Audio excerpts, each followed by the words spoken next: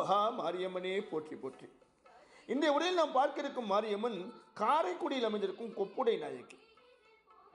செட்டிநாட்டு மக்களின் குலதெய்வம் இவள். எல்லாம் அம்பாள் பார்த்துக்குவா என்ற நம்பிக்கை அவர்களை நலமாக வாழ வைக்கின்றது. காலையில் கடை திறப்பதற்கு முன்னால் நகரத்தில் இருக்கும் பெரும்பாலான கடைகளின் சாவியும் அம்மனின் காதலில் வைக்கப்பட்டு பூஜித்து எடுத்த பிறகே விழிக்கிறது கடை வீதி. வீரமிக்க மருது சகோதரர்கள் மோர் விற்ற இடையர்குல கிழவி இவர்களால் தொடர்ந்து திருப்பணி நடைபெற்றது இந்த ஸ்தலத்தின் சிறப்பாகும். மூலத்தானத்தில் ஐம்பொன் விக்கிரகமாக எழுந்தள்ளிருக்கும் அம்பாளே உற்சவ காலங்களில் வீதி உலா வருகின்றார். அம்மனுக்கான நேர்த்திக்கடன்களில் ஒன்று மாலை மாற்றிக்கொள்வது. திருமணம் எங்கு நடந்தாலும் மறுநாள் மணமக்களை சன்னதிக்கு அழைத்து வந்து அம்பாள் பாதத்தில் அர்ச்சனை செய்த மாலைகளை மாற்றிக்கொள்ள செய்கின்றார்கள். இனி பெண்ணும் மாப்பிள்ளையும் அவ பொறுப்பு என்று அவர்களிடம் விட்டு விடுகின்றார்கள்.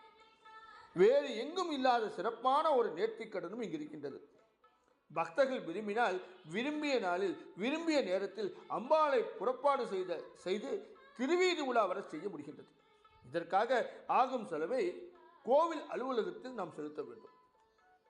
காரைக்குடி சுற்று வட்டாரங்களில் 60-80 வயது முடிந்தவர்கள் இத்தகைய புறப்பாட்டை செய்து வழிபடுவதை வழக்கமாக வைத்திருக்கின்றார்கள். இங்கு வந்து வழிபடும் அடியவர்களிடம் அவளது அருள் விழி பேசும். நம் குழந்தைகளை அவளிடம் ஒப்படைத்து விட்டால் அவள் அவர்களை பார்த்துக் கொள்வாள். ஒப்பில்லாத வரப்பிரசாதி இவள். இவளது அடியார்கள் பலர் அழியாத காவியங்களாக பிள்ளைத்தமிழ், திருப்பள்ளி எழுச்சி மற்றும் இரட்டை மணிமாலை என்று அன்னையின் புகழை எழுதி வைத்திருக்கின்றார்கள். மெய்வடிந்த கண்ணுடையால், மலர் முகத்தால், புன்னகையால், பவள வாயால், இப்படியால் இவ்வனத்தால் என்றெழுதி காட்ட ஒன்னா இரவியாவல் ஒப்புடையால் காரைநகர் ஊர் நடுவில் கொலுவிருக்கும் உலகம் ஈன்று கொப்புடைய நாயகியால் கொய்மலர் சேவடி தலைமேற்கொண்டு வாழ்வோம். நகரத்தார் குடும்பத்தினருக்கு இவள் குலதெய்வம். பிள்ளை வரும் அருள்பவள். கரும்பு மாதிரி இனிப்புடன் அந்த குழந்தை தீர்காயுசு வாழ வேண்டும் என கரும்பு தொட்டில் கட்டும் மக்கள் ஏராளம் ஏராளம். நோய் நொடி இல்லாமல் வாழ வைத்தாயே என்று வேண்டிக் கொண்டு இவர்கள் அந்த தொட்டிலை கட்டுகின்றார்கள். கொப்புடை நாயகி என்று ஏன் அழைக்கின்றார்கள்? காரைக்குடிக்கு தெற்கே 4 தொலைவில் உள்ள செஞ்சை சங்கராபுரம் என்ற கிராமத்தில் காட்டம்மா என்று ஒரு பெண்மணி வசித்து வந்தார். காட்டம்மாவனுடைய தங்கை தான் கொப்புடையம்மா. அந்த ஊர் எல்லை தெய்வம் அவள். பெயரும் காட்டம்மாதான். காட்டம்மாவிற்கு 7 குழந்தைகள். கொப்புடையம்மாவிற்கு குழந்தை ஏதும் பிறக்கவில்லை. அதனால் அவளுக்கு துளி கூட வருத்தமும் இல்லை. தன் அக்காவின் குழந்தைகளை தன் குழந்தையாக நினைத்து வளர்த்தார். அவர்களிடம் உசுராக இருந்தார்.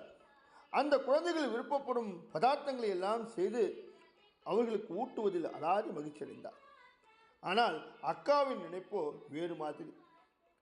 மனிதனிடம்தானே எப்பொழுதும் அலைபாய்ந்து கொண்டுதானே இருக்கும்.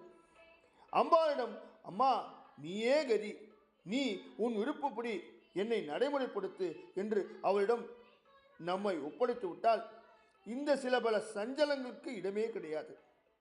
தன் தங்கை குழந்தைகளிடம் கந்திஷ்டி போட்டு விடுவாள் என்று நினைத்து அவள் வரும்போதெல்லாம் குழந்தைகளை பார்க்க விடாமல் மறைத்தாள் அந்த அக்கா.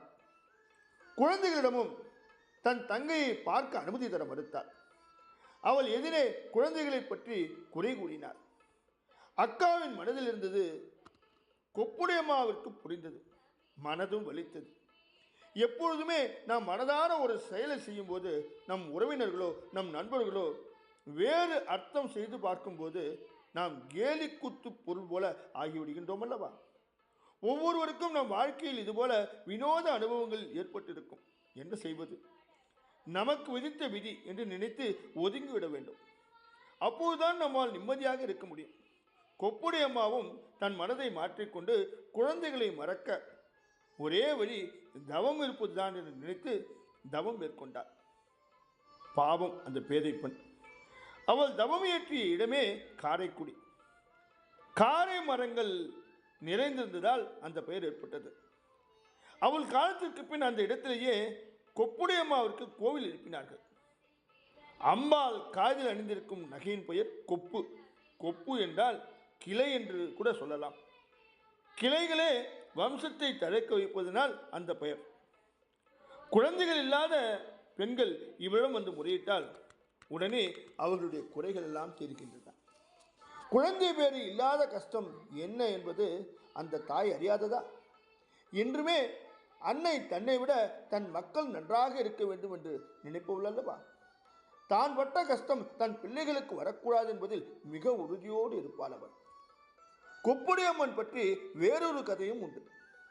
காட்டம்மா தான் கொப்புடையம்மான் என்றும் சொல்கின்றார்கள். ஒரு ராஜா காட்டம்மாவை பூஜை செய்து கணக்கு வழக்கெல்லாம் கூட ஒப்புவிப்பாராம். சுல்தான்கள் படையெடுத்த போது காட்டம்மாவை ஒரு பெரிய வேப்ப மரத்து பொந்தில் மறைத்து வைப்பாராம். அதற்கு காவலும் உண்டு. ராஜாவின் காலம் முடிந்த பின்னர் மாடு மாய்ப்பவர்கள் ஒரு சமயம் விக்கிரகத்தை கண்டெடுத்து சஞ்சை சங்கராபுரத்து மகிழ மரத்தடியில் வைத்து வழிபடலானார்கள். காரை மரக்கட்டை அழித்து வீடு கட்டி பின் அங்குள்ளவர்கள் அம்மனுக்கு கோயில் எழுப்ப நினைத்த போது மாடு மேய்த்தவர்கள் அவர்களிடமே அம்மனை ஒப்படைத்து விட்டார்கள். அந்த ஒப்படைத்த அம்மனை தான் நாளடைவில் கொப்புடையம்மன் என்று பேச்சு வழக்கில் மறுவதாக சொல்லப்படுகின்றது. இந்த திருக்கோவிலில் விநாயகர், மயில்வாகனன், காசி விசாலாட்சி, விஸ்வநாதர், தட்சிணாமூர்த்தி, சண்டிகேஸ்வரர், பைரவர் என்ற அனைவரின் சன்னதிகளும் அதி அற்புதமாக அமைந்திருக்கின்றன. கொப்புடை நாயகியின் தெப்ப உலா கண்ணுக்கு விருந்தாக இருக்கும். அந்த அம்மா எல்லோருடைய குறைகளையும் தீர்த்து வைக்கின்ற ஒரு அபூர்வமான அற்புத மாரியம்மா.